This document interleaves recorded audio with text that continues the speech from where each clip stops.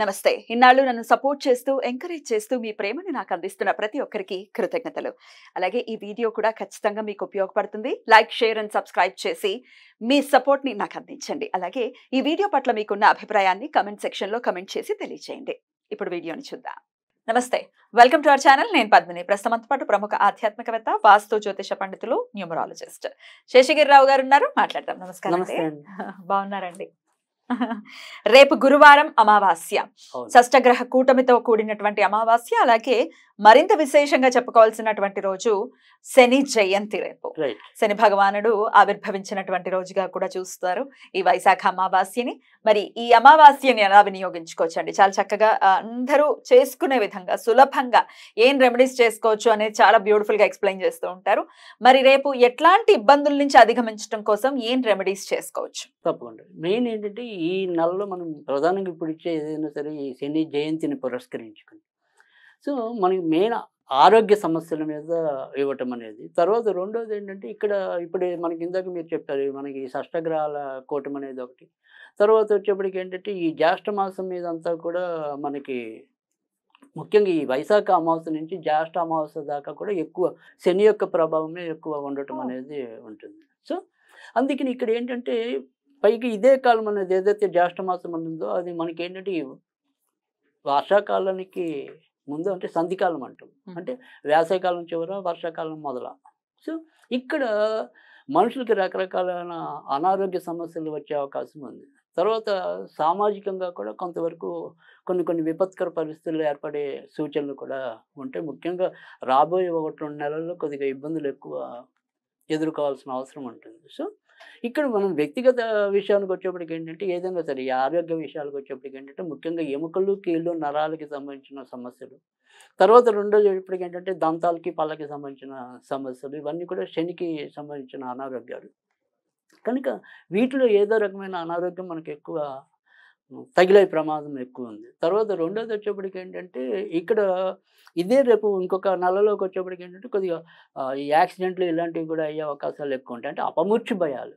So ఒక మనిషికి ఆయుర్దాయాన్ని ఇవ్వాలన్నా, ఆయువు తీయాలన్నా, పొయ్యాలన్నా కూడా పూర్తిగా శని యొక్క నియంత్రణలో ఉంటుంది. సో మనకి ఏదైనా సరే ఒక మరణాన్ని చూసినప్పుడైతే కనుక ఖచ్చితంగా అక్కడ సూక్ష్మ దశల్లోనైనా సరే, అంతర్దశల్లోనైనా సరే ఎంతో కొంత శని ప్రభావం మటుకు ఖచ్చితంగా ఉండి ఉంటుంది. సో కనుక శని దీనికి పూర్తి న్యాయాధిపతి. సో అందుకని శనిని మనం ఇప్పుడు ఆయన యొక్క అనుగ్రహం కోసం మనం చూడాల్సిన అవసరం ఎంతైనా ఉంటుంది. కాబట్టి ఇక్కడ నేను ఖచ్చితంగా శనికి సంబంధించిన రెమెడీని చెప్పడం అనేది జరుగుతుంది. అయితే రేపు మనం శని అమావాస్య అని ఇందాక చెప్పుకున్నాం. అంటే శని అమావాస్య అంటే శనివారం వచ్చిందని కాదు, శని జయంతి కాబట్టి శని అమావాస్య అంటాం మామూలుగా అయితే.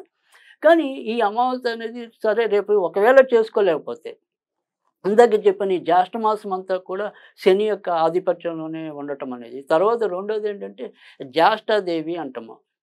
సో అందుకని ఇక్కడ మధ్యలో మీరు పౌర్ణమి నాడు విష్ణువుని పూజించవలసిన అవసరం ఉంటుంది. ఎందుకంటే జ్యేష్ఠాదేవికి మరి విష్ణువే ఆయన ఓదార్చి మనకి ఏంటంటే రావి చెట్టు మొదల్లో కూర్చోపెడతాడు ఆయన. సో అవన్నీ తర్వాత వేరే కథ అనుకోండి. బట్ కానీ ఇక్కడ ఏంటంటే మెయిన్ విష్ణువుని ఆరాధించడం అనేది కూడా తప్పనిసరి. తర్వాత వైశాఖ మన జ్యేష్ఠ పౌర్ణమి నాడు. సో ఇక్కడ ఈ జ్యేష్ఠాదేవి అంటే కూడా మనిషిలో ఉండే అన్ని రకాల అసౌకర్యాలకి కానీ, అసుఖాలకి కానీ, కలహాలకి కానీ అన్నిటికీ కూడా ఆవిడే దేవత. సో వీళ్ళిద్దరు అనుగ్రహం పొందాలి అంటే కనుక ఇక్కడ మనం ఏదైనప్పటికీ కూడా ఈ వైశాఖ అమావాస్య నుంచి జ్యేష్ఠ అమావాస్య వరకు ఖచ్చితంగా మనం శనిదేవుణ్ణి పూజించడం అనేది అవసరం. సో ఈ శనిదేవుణ్ణి ఏ విధంగా మనం పూజ చేయాలి.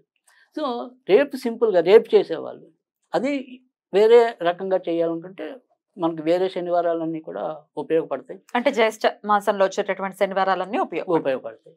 ఇంకా అనుకోకుండా అదృష్టవశాత్తు మనకి శనివారం అమావాస్య వచ్చినా, శనితో త్రయోదశి వచ్చినా మరింత విశిష్టత వాటికి ఉంటుంది. అది మనందరికీ తెలిసిందే.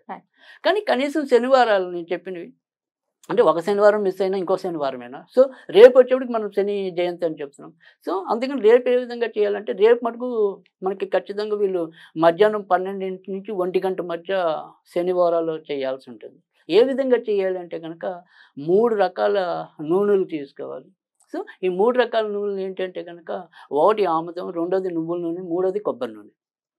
ఇవి ఎంత తీసుకోవాలనేది ఏం లేదు. ఒకటి ఎక్కువ ఒకటి తక్కువ ఉన్నా కూడా పర్వాలేదు, దాని గురించి మనం ఏమి ఆలోచించక్కర్లేదు. కానీ ఖచ్చితంగా 3 నూనెలైతే ఉండాలి. సో ఈ 3 నీళ్ళు కలిపి దీపం వెలిగించాలి. ఈ దీపానికి మనం ఏదైనా సరే నల్ల వస్త్రాన్ని చించి ఒత్తుగా ఉపయోగించవలసి ఉంటుంది. అయితే ఒక్కటి సరిపోతుందండి అలా వద్దు ఒకటి ఎప్పుడు కూడా మనం పెట్టుకోవద్దు కదా. పెట్టుకోం కదా, కనుక ఒకటి మించి ఎన్నైనా పెట్టుకోవచ్చు. సరే, శని న్యూమరాలజికల్ గా సంఖ్య అనుకుంటే 8 పెట్టుకుంటే ఇంకా మంచిదే. 8 సో శని సంఖ్య 8 కాబట్టి సో అది ఆ రకంగా అయినా చేసుకోవచ్చు. తర్వాత రెండోది వచ్చేప్పటికి ఏంటంటే ఇక్కడ ఇది మన ఇంట్లో మనం ఎప్పుడు కూడా శని అనే భగవానుడు అనేవాడు విగ్రహం అనేది కానీ ఇది రేరు, ఎవరు పెట్టుకోం కదా. సో అందుకని ఆంజనేయ స్వామికి పెట్టుకోవడం అనేది చాలా ఇంట్లో ఇంపార్టెంట్. కూడా పెట్టచ్చు అయితే దీపం. రైట్. సో ఎందుకంటే ముఖ్యంగా 12-1 గంట మధ్య తెలిసే దేవాలయాలు చాలా తక్కువ ఉంటాయి. ఒకవేళ వాళ్ళకి అలా తెరిచి ఉండేవి కానీ లేదా దేవాలయం మూసిన కొన్ని నవగ్రహాలు విడిగా ఉంటాయి.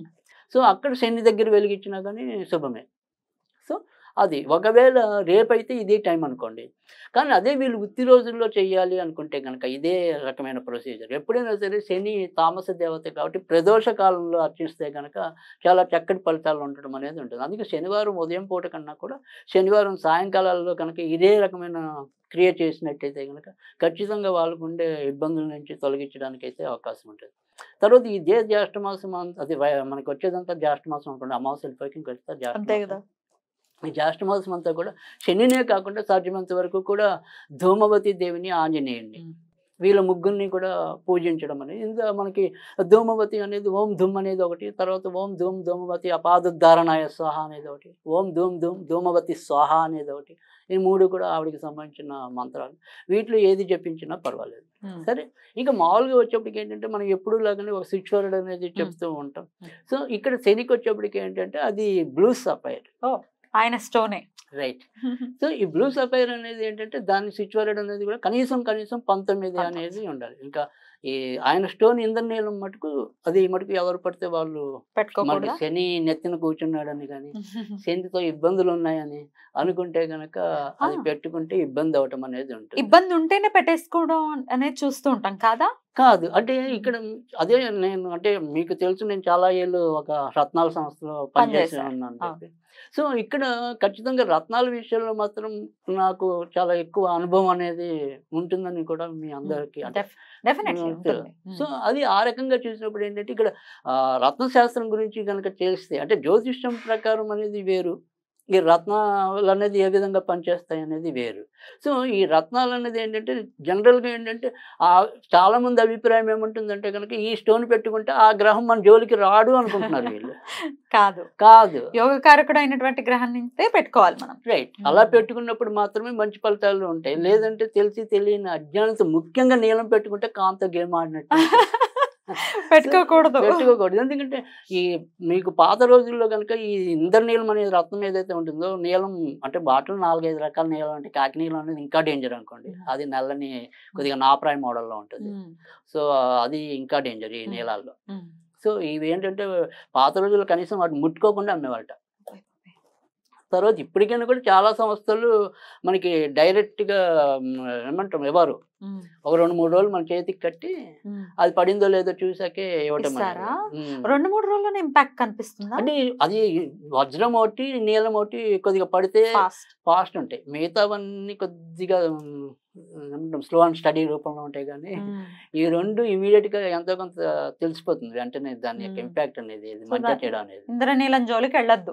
కానీ చాలా మంది ఏంటంటే ఇలా అనురాధ నక్షత్రం అనో ఉత్తరభద్ర నక్షత్రం అనో పుష్యమి నక్షత్రం అనో తెలిసి తెలియకుండా పెట్టేసుకుంటారు. కానీ అది కరెక్ట్ పద్ధతి కాదు. సాధ్యమంత వరకు కూడా రత్నాలు అనేది వ్యక్తిగత జాతకం చూపించి పెట్టుకుంటేనే ఇంకా ఎక్కువ మంచి ఉండటం అనేది ఉంటుంది. జాగ్రత్త అవసరం. రైట్ అండి, అద్భుతంగా వివరించారు. రేపటి రోజున ఎలా వినియోగించుకోవచ్చు అనేది. ఆరోగ్యం అందరికీ అవసరము. ఆరోగ్యం లేకుండా ఎన్ని ప్రమాదాలు కూడా చెప్పిరావు కాబట్టి ప్రమాదాల బారిన కూడా పడకుండా ఉండాలి చాలా ఇంపార్టెంట్. కొన్ని మనం ఈ ప్రమాదకరమైన సంఘటనలు జరిగినప్పుడు మనసు దేవిస్తూ ఉంటుంది. సో ఈ అపమృత్యు అనేది కూడా రోగం కన్నా ఇంకా బాధాకరం కదా. ఖచ్చితంగా ఎక్స్పెక్ట్ చేయనటువంటి విషయం. రైట్ అండి, చాలా చక్కగా వివరించారు. కృతజ్ఞతలు అండి. నమస్తే.